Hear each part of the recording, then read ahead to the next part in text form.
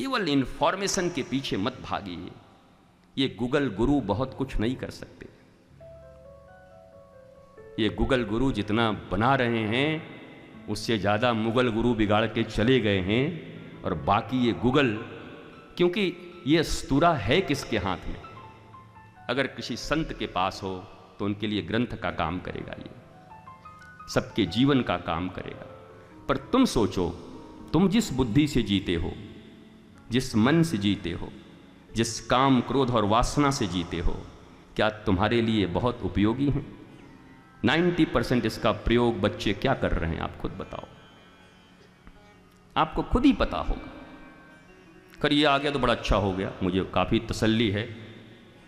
दोस्ती भी इसी पे हो जाती है लोगों की, प्रेम भी इसी पे हो जा रहा है फेसबुक पर, शादी भी इसी पे हो जा रहा है, तलाक भी हो जा रहा है इसी पे। हाँ, दोस्ती हो गया, अनफ्रेंड कर दिए तो दोस्ती खत्म हो गई, और ब्लॉक कर दिए तो तलाक हो गया। इसके कारण कितनी आत्महत्याएं हो रही हैं। वो वाला नहीं, डिलीट कर दो अकाउंट, खत्म, आत्महत्या हो गई तुम्हारी। सोशल मीडिया पर आत्महत्या, अकाउंट डिलीटेड, काम खत्म। तो सब कुछ इसी पे हो रहा है, इससे आगे बढ़ना नहीं है। विज्ञान अभिशाप या वरदान? वर्तमान स्थिति में शिक्षा की जो अवस्था 150 वर्ष से भारत में जिस शिक्षा की व्यवस्था बनी हुई है, उस शिक्षा व्यवस्था के अनुसार विज्ञान हमारे लिए अभिशाप ज्यादा हो गया है, वरदान कम हो गया है। कल भी बोला था, आज फिर बोलता हूं, पंजाब में हरित क्रांति और हजारों और लाखों की संख्या में कैंसर के पेशेंट, कैंसर के स्पेशल ट्रेन चल रहे हैं। इतना अन्न पैदा कर दिए कि कैंसर के ट्रेन चलाने पड़ रहे हैं स्पेशल। कौन सा अन्न पैदा कर रहे हैं, क्या डाल रहे हैं, क्या मिला रहे हैं, और वो अन्न कहां जा रहा है? और आपको जानकर आश्चर्य होगा कि जो अन्न वो पैदा करते हैं ऐसे लोग, वो अपने घरों में उसको नहीं खाते, उसका निर्यात करते हैं, खुद ऑर्गेनिक खोज रहे हैं। ये जहर किसके लिए पैदा कर रहे हैं? किसी का बेटा खाएगा तो वो भी तो उसकी जिंदगी होगा, किसी का पति मरेगा तो वो भी तो उसका जिंदगी होगा, किसी के घर में मौत होगी, किसके लिए जहर पैदा हो रहा है? तो तुम कहते हो कि हम बड़े पढ़े लिखे लोग हैं, सिविलाइज्ड लोग हैं। This is your civilisation, this is your education, this is your development. अगर ये है तो अलार्मिंग सिचुएशन है, अलार्म बज चुका है। शायद इसके बाद आप रोक भी नहीं पाओगे। जैसे पूरी अव्यवस्था मच जाती है हर जगह ना, वैसे अव्यवस्था मच जाएगी। महाराज, भगवान ने पहले परीक्षा लिया है गोपियों का। ये जितनी भी लीलाएं हुई हैं सब रास की तैयारी है। ये कपट मारा जा रहा है, पूतना रूपी संशय मारी जा रही है, बकासुर अघासुर पाप मार रहे हैं। ये सब खत्म होने के बाद अब जीव रास के उपयुक्त होता है गोवर्धन और चीरहरण के बाद। चीरहरण का अर्थ है वासना का हरण।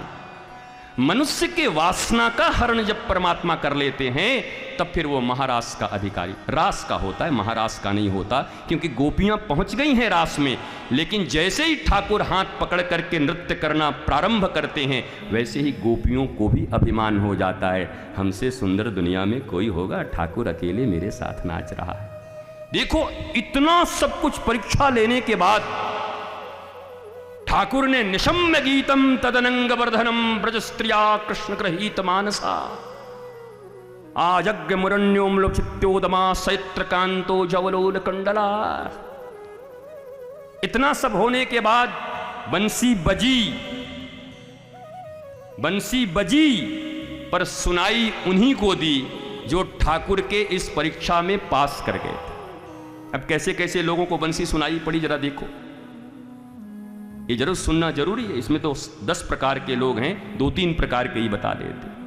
तो एक तो पहले दूध दू रही गोपी और अर्धरात्रि में बंसी बजाई गई। तो पहली गोपी मिली जो दूध दू रही थी। जैसे ही बंसी आके कही गोपी ठाकुर बुला रहे हैं, बोला अच्छा। उसी समय दूध दूहना छोड़ा और जो दूध पात्र में उसने दुहे हुए थे उस पात्र को ही फोड़ डाला। वो बंसी ने पूछा तू बड़ी पागल है, अरे माना कि ठाकुर बुला रहे हैं तो तुरंत जाना जरूरी है, तुम्हारी भक्ति है, लेकिन जो दूध आ गया था उसे रख देती, घर वाले ले जाते। गोपी कहती है अरे बंसी तुझे क्या पता है, तू तो हर समय कमर में लगी रहती है, नहीं तो होठों पे लगी रहती है। तेरा तो स्थान पक्का हो गया है ना ठाकुर जी के पास, सौतन बन गई हम लोगों की। तो पहले तो हमसे थोड़ा मतलब भी रखते थे, जब से तू आई है 9 छिद्र वाली तो हमारा तो कुछ है ही नहीं, तेरे में ही व्यस्त रहते हैं, बंसी बजाए बजाए। गोपी कहती है कि अगर दूध का पात्र मैं यहां रख के चली जाती और उस समय जब श्री कृष्ण से हमारा मिलन हो रहा होता, उस महामिलन के समय में अगर एक पल के लिए भी ये संचय किया हुआ दूध और पात्र याद आ जाता तो मेरी जिंदगी व्यर्थ हो जाती, उतनी समय के लिए मैं कृष्ण से दूर हो जाती। इसलिए संचय की वृत्ति का नाश करके जा रही है गोपी। ये मटकी फोड़ना अर्थात संचय की वृत्ति का नाश किया। गोविंद ने बंसी बजा दी, सदगुरु ने बुलाया है कब तक ना आओगे, जगत गुरु ने बुलाया है कब तक ना आओगे, कृष्णम वंदे जगत गुरुम। गोपी जब जाती है तो संचित किए हुए समस्त चीजों से अपना संबंध तार तार तोड़ के जाती है गोविंद के पास। और हम जब गोविंद के मंदिर में जाते हैं तो दुनिया के जितने संबंध हैं सबको लेकर जाते हैं। साले का भी नौकरी लगा देना, साली की बेटी का तबीयत खराब है उसको भी ठीक कर देना, हमारे फूफा जी के जो नाती के चाचा के पापा के हलवा के पकौड़ी लाल हैं जरा उनका भी ठीक कर देना। ये तुम ठाकुर के पास जा रहे हो संबंधों को लेकर। गोपी ने तोड़ दिया मटकी। संचय की वृत्ति श्री कृष्ण के रास में सबसे बड़ा बाधक है।